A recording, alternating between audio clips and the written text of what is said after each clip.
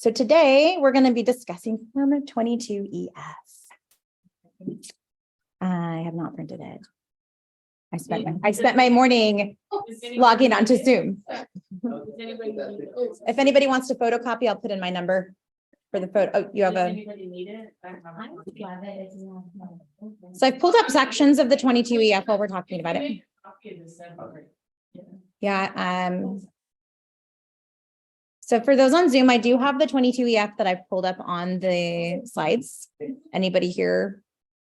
You want my number to copy that? No, you need a code. Oh, yeah, I don't have a number. Okay, 3044. Thank you. All right, so today we're going to be discussing the 22EF, talking through maybe some odd situations that might have come up when filling this out. The point of all these is to hopefully bring to light some things that maybe are new to you, or to walk through a situation that you might have come across where you didn't quite know how to properly handle it. We'll be discussing how to fill it out correctly, talking about whether there are protections in there for the buyer or the seller, and when disclosing the funds, what constitutes as contingent versus non-contingent. And then lastly, we'll be talking about why it's important for any time money is being brought to the table to have one of these forms. Again, this is ideal best practices, and we know in real life sometimes things don't always work out where we can do everything the way we want to do it. But ideally, we would like to make sure that this form is used in most of our transactions. So what is contingent or non-contingent? So I guess if it's contingent, you can put your hand up. If it's non-contingent, I guess leave your hand down. I don't have any way to keep tally of, what people are under the impression of. Gift funds from grandma, contingent or non-contingent? Gift funds from grandma are contingent. Money market account, contingent, because money markets have to be converted to liquid cash. They're typically like a stock, depending on the type of way the money is held. HELOCs are considered contingent. Cash from the sale of any personal property, like if you want to have a garage sale and you're depending on those funds, or you need to sell a boat, those are also considered contingent funds. How about cash under your mattress? Non-contingent. A little sus, but non-contingent. Money, yeah, it happens. Money in a savings account, non-contingent. Bitcoin, contingent. My favorite is the money under the mattress. Non-contingent funds, money under the mattress. You don't have to pay for it. Those still at that point. The bank may have an issue, but as far as disclosing what the money is, it is considered non-contingent. Liquid cash, readily available, technically also in a US banking institution, but piggy bank cash, the bank will still check off and verify if you can show them that. When showing proof of funds, what is or is not acceptable? I don't know if anybody's ever thought of this, but there is actually no written requirement for what is or is not considered proof of these funds, which is why the joke on Facebook a lot is a picture of a bunch of money across the mattress, hence the money under the mattress. Here's my proof of funds. So there's not really a streamline. This is okay to consider as proof of funds, and this is not. That being said, whatever you do get as proof of funds, you just need to talk to your seller about making sure that that is enough to satisfy them. So pre-approval letter is not one of them. Pre-approval letter is not proof of funds. No. Cell phone screenshots of your balance, I've seen come through as proof of funds. Yes. I've seen a letter from the bank saying the money is there being used as proof of funds. Paper bank statements are the best, and they're also considered. They were. Yeah. There's no standard, and there's nothing that is a requirement for showing those proof of funds. So sometimes I've had clients as a person. and you can see the bank, the name, the person's name. I mean, it's all going to come down to, is it legitimately proof of funds for your seller? Are they going to see? Best thing is to make sure they have the name, the bank, and show what it is, a savings account. Paper bank statements are the best. Obviously, you can block out information that the that the seller is not privileged to know. They don't need to know what else has been spent in their bank account. They don't need to know the breakdown of, they bought lunch over here, you know, this payment for this company. The balance is really what they need to know.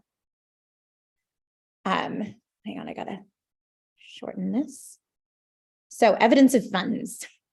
When you think about the 22EF, I guess I want to know what comes to mind for you. Does it create a contingency or an out?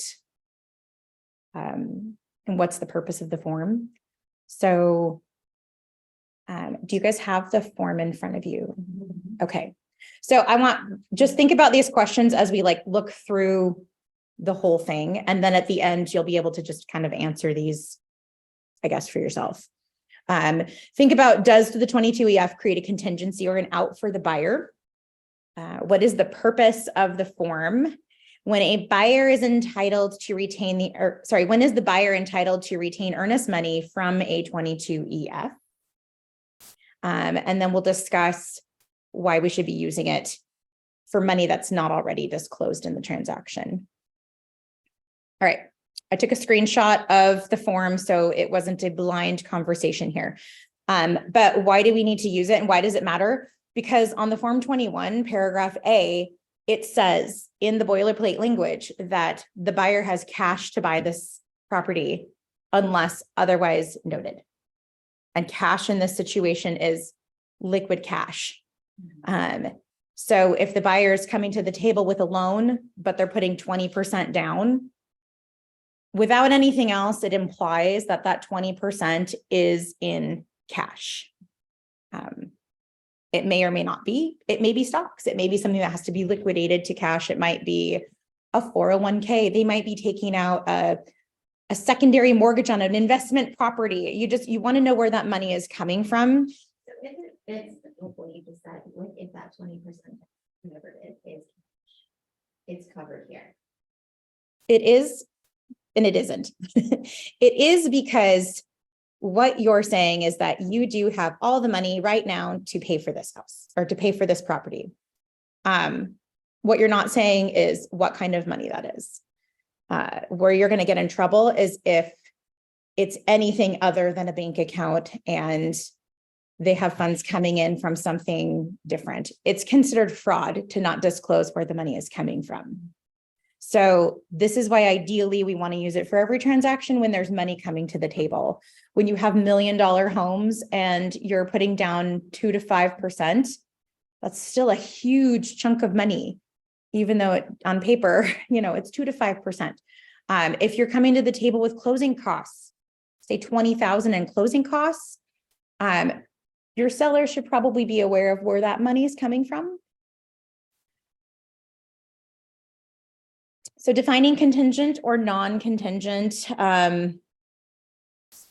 these are just the definitions that are on the forms. Evidence of funds is from the financial institution, which is what I said before, cash in a bank account.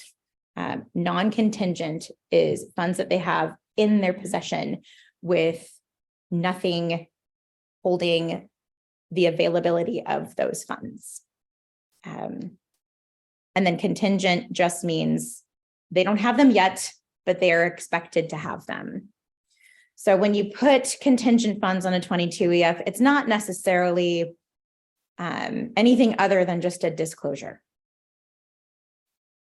If you use a 22B, you don't need to use this because you are telling where those funds are coming from. If the 22B covers half of it, and then they're supposed to come to the table with the other 50%, you're going to want to know where that money is coming from.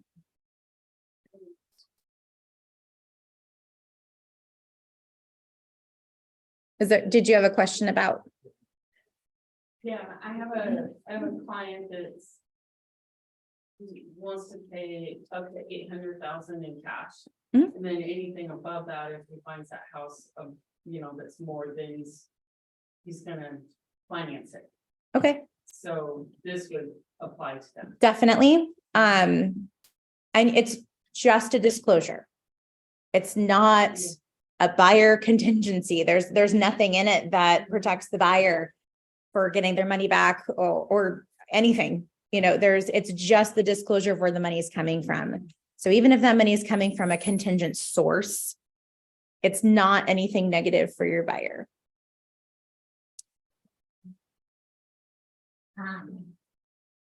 So this is like maybe a save a gift funds. Like they know they're getting a gift either from grandma, parent, whatever it may be. So I know it can happen after they can do the EF, but if the funds are transferred into their account beforehand, then technically they're not. They, Yes. Yeah. If the funds are there, then they're available right there and now. So they're considered non-contingent funds. Yeah, so it doesn't matter even if it happened a few days. before. Mhm. Exactly. Yeah. If the funds are there and readily available, then they can prove that they're there.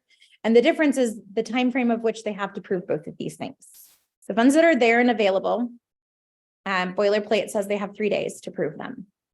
So if grandma gave a deposit a week before they put a down payment, then if asked 3 days into the transaction, they will be able to provide proof that they have that money. If they're waiting on those gifts, I actually did have a large chunk of money one time with a client that was being gifted to them. Unfortunately, when something is being gifted, it doesn't say how it's being gifted. And I did run into a problem where the gift funds were contingent gift funds. And they were going to be cashing out Bitcoin. And then it turned out that that could not happen. So the gift funds never showed up. We'll get there. We'll get there when we move along this. But that doesn't stop, if that's the reason the deal falls through from that, then they're still gonna lose their earnest. Correct. Yeah. It's not a protection. Yeah, it's not. It's a disclosure.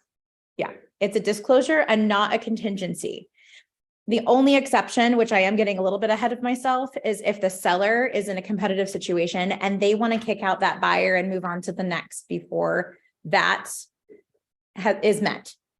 And we can talk about how strategically how that looks too, because it may be in the seller's benefit just to wait it out and see what happens. Then if it doesn't happen, move on to the next rather than cutting it short and moving on. The only way the buyer gets their money back is if the seller decides to terminate because they don't have their money together. Otherwise, if the seller decides to just let it ride, the buyer's still on the hook to close the deal. I guess that covers this slide too, because that's on the bottom part of this paragraph. Okay, so disclosure of contingent funds. That would be if they want to use a loan, but not have financing contingency. It happens in competitive situations. It happens quite a bit, actually. If they need to sell something like a boat or a car to put down some money, a gift. And this is where it gets me. A gift is just the dollar amount of the gift from the person who's giving it. It doesn't say how that person is getting it.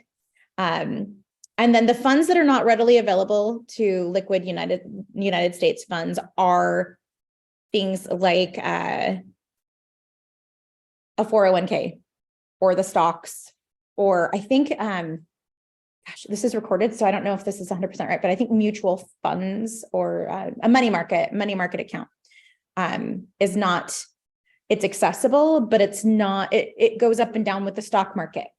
Right? It's not actually just liquid funds right now. They still have to convert. And typically when you have to convert funds like that, it takes a couple weeks. And then anything else that may not fit the bill of, non-contingent goes in the other. I can't think of an example right off the top of my head right now. So you just said you can do, instead of doing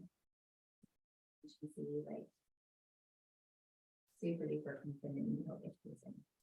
Yeah. So just disclosing the loan here. Yes. So basically by doing this, they are waiving the financing contingency. They are waiving the low appraisal. It's all done right here. It still obligates the buyer or the seller though, to allow for a buyer's appraiser to come in if they disclose that this is here. And they still have to kind of abide by those rules to let it happen. The seller can't interfere with this happening. But if they wanted to be really competitive, they could put their loan on this. They could also, though, equally effective and maybe more so, do the financing contingency, put 0 days for an automatic waiver. So you could do either one on this. There's all sorts of reasons people decide to do this over the 22A. And I'm totally open to hearing if anybody has a client who did this instead and what their reason behind it was. If you do a loan on the contingent funds, be really aware though, 10 days is the default for showing when the funds are available. And funds from a loan are not going to be available 10 days before closing. They will be available 1 to 0 days before closing. So you are completely unable to prove proof of funds in 10 days if you have the loan box checked. Exception might be a home equity line of credit that gets approved and funded long before the close. But if it's a regular loan, you can't prove that the funds are there until 1 to 0 days before closing.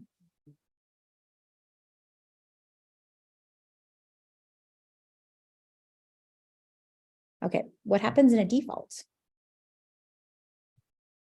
If the buyer can't close, the buyer loses their earnest money. So there is no contingency that protects that. If this wasn't here and a buyer said, I have cash and I'm not going to prove anything. I'm not going to put this in here. I'm just going to pay cash and doesn't close. If there's no other contingencies protecting them, they lose their earnest money. So it's kind of the same. I've heard a lot of different opinions on the use of the 22EF. So I would like to know how everybody else feels about using it.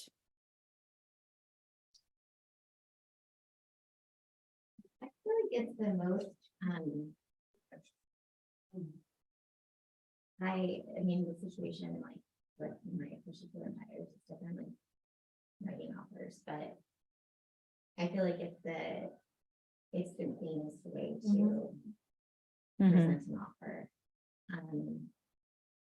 And personally, like, well, if you receive an offer and kind of speaks that it doesn't have the 22,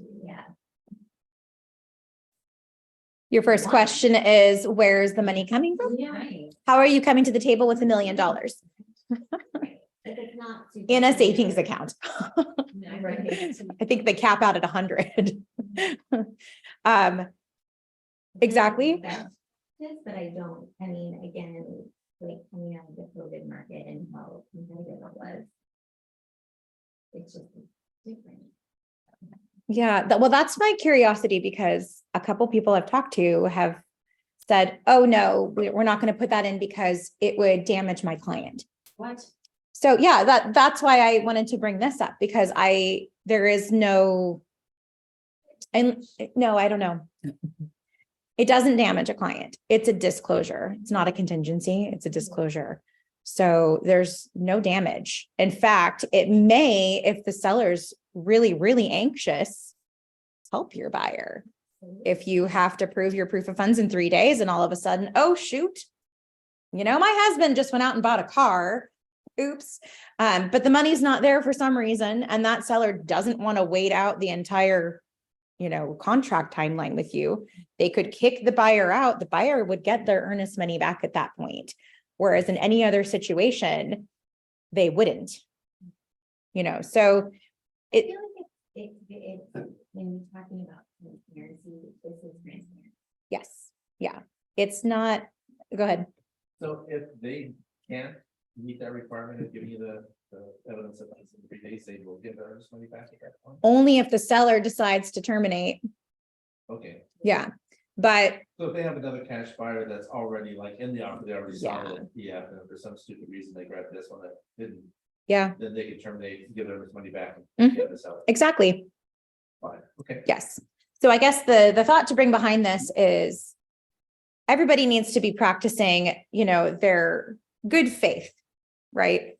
And if a seller has another opportunity and they don't want to wait out the rest of the month and a half it takes to close, or however long it takes this cash buyer to get, to close, then they can just immediately move on once they've given notice. I mean, there is a timeline of when they, you have to wait out what the timeline says. They need to give you the earnest money, not the earnest money, I'm sorry. They need to give you the evidence of funds within those times. You can't terminate before that. But if 3 days later they say, oh, oops, I don't have the money, you'll have to think back to what your seller wants to do. And if your seller is chomping at the bit for another buyer, they can move buyer one out of the way. But if the seller is the one that terminates, the buyer gets their money back. If buyer can't perform, buyer violated the contract, so they lose their earnest money. I haven't done a ton of listings, but do you get a lot of buyers that would put in an all cash offer without that EF in the contract? Because I always have my evidence of funds in my original contract. Yeah, so in our area, it's common. In other areas, I have rarely seen them. Really? Yes. Yeah, So they're relying on that 3 days. So, yes. okay. And I guess when I haven't seen so many, like when I've seen contracts come through and barely any of them have this, I guess I wonder why. And the reasons I've got from a couple people when I ask why it's not in there is because, well, it would be bad for this client, or it would be bad for this one. So I just want to make sure there's a really solid understanding that it's not anything more than the transparency. It doesn't provide protection. The only thing I would not do is provide the 22 EF with a 22A, because those will kind of contradict each other. Because one says, we promise to have our act together and everything will close, or buyers in default. But then the 22A has the protection of whatever box they checked, probably the default box of 2A, that has the seller has to give notice, and they may or may not choose to accept that notice. So don't do them together. What happens If if you're you're gonna having a huge down payment? Like, let's say they got 600K that's coming in as a down. Wouldn't you want that? You want the 22 EF. But if they're financing the other, let's say it's a 1.2 Yeah. million and they're financing the other 6. Yes. So the 22 EF is only for what's not being disclosed already. Yeah. You still have the financing contingency for that. And you still have the protection of the financing contingency. What you are saying is, here's where the rest of it is coming from, and I'm going to prove that those funds exist. Yeah. But if their financing falls through because of good faith effort, the financing contingency, if it's still intact, will protect them and they will get their earnest money back. So it's not the solely deciding piece if you have financing also. Which I think is another misunderstanding from a couple people I've talked about is, well, maybe they'll lose their earnest money because of this part. Well, they won't if they still have the financing contingency in place, or appraisal contingency in place, whatever contingency is the last. Yes, whatever contingency is, I think of it like layers. So whatever layer is, if there's any layers left of protection, those will still hold. It doesn't negate any of the other contingencies. It's only for transparency. And I think it's misunderstood on the other side of the table as well. So if you ask for a 22 EF, the only reason somebody would give pushback is if they don't fully understand what the form does. So here's a question I have. So the buyer wants to use a loan, but chooses a 22 EF and not a 22A. What obligations does the seller have in this situation? Think of the clause that applies to inspections, appraisals, as required by the bank. We kind of already. Yeah. There's no protection for the table. There's no low appraisal protection, but the seller's still obligated to allow the appraiser to come in. Yes, the seller will be in violation if they deny that appraiser to come in. Then you're gonna have a whole mess of whose fault is what for not happening. Here's another one. The buyer uses a 22 EF to disclose a loan and puts 10 days prior to closing for proof of funds. What has that buyer promised? And when will the funds be available? I feel like I accidentally answered all of my questions. Yes. Yes. And then I feel like we also answered this one already. Stocks, contingent or non-contingent? They are contingent funds. Yes. Maybe I haven't answered this one. The buyer marks non-contingent, but shows you a bank statement for a money market account with their stocks. It is clear they don't have liquid cash yet, but you see that they have more than enough to cover the purchase. Do you change the 22 EF? Do you accept it as it is? I never found an answer for this one. I got to thinking about it because it's happened on several occasions where somebody thinks that the funds are non-contingent, but they're actually contingent funds. I feel like they're making it kind of lean as possible, like, yes, it needs to be contingent. I don't know, but I mean, it's clearly like, they'll say they need what's available, right? Mm-hmm.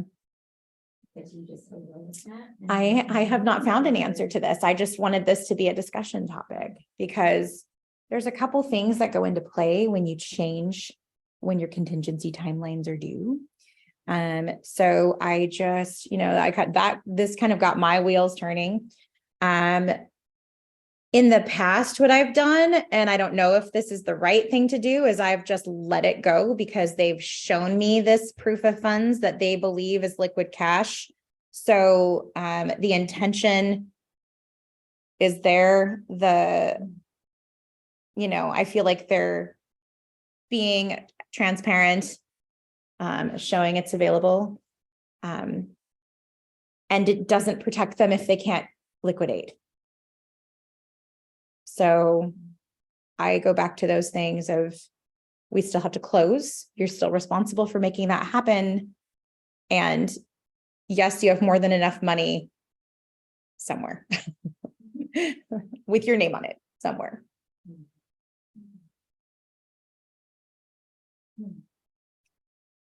Yeah. That's the kind of stuff I think about at night. So actually, that is the end of the 22 EF. It's not an incredibly in-depth form. So are there any odd situations that anybody's come across where maybe they didn't know what to write in there? Or has anything come across of that? Can you maybe say, yes. Or does anybody have any other questions? I guess, would you say it's like best practice to use it? So say it's just a very straightforward conventional loan. They have everything included in it. Yeah. Anytime money is being brought to the table, again, ideally, it should be there. If the closing costs, if they're putting down 2% and then coming to the table with closing costs, that's about 4% of the purchase price. It's a huge chunk of money. So yes, where is that coming from? Do you need to borrow that from somebody or do you have the money to close?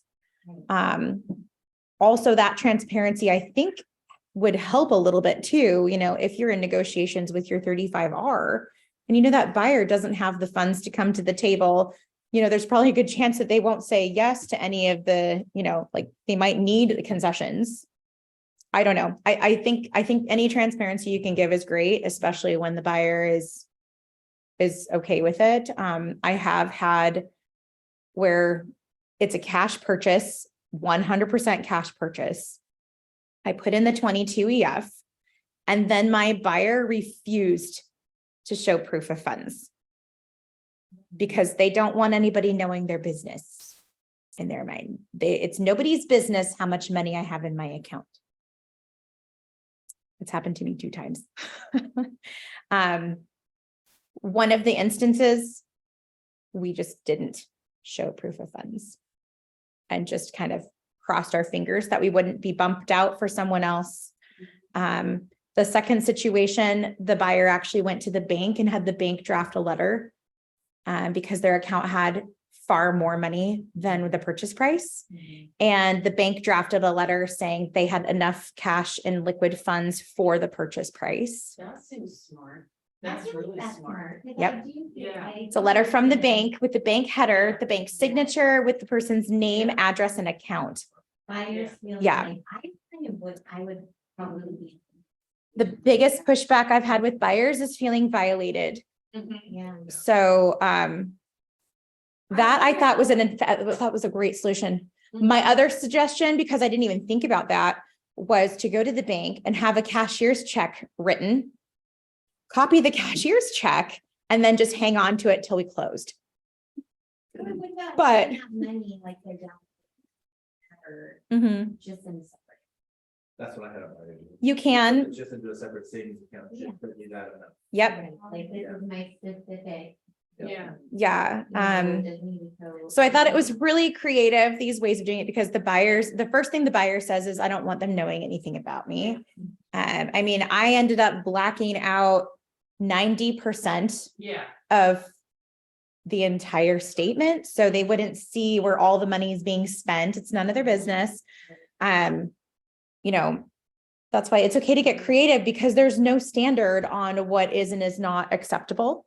Mhm. So, If there is no standard, then why are, like some listing agents are really specific about what they want to see, but what if you can't provide what they want to see? Does that question make sense? what do they want to see? Like, so they want to see the copy of the bank statement.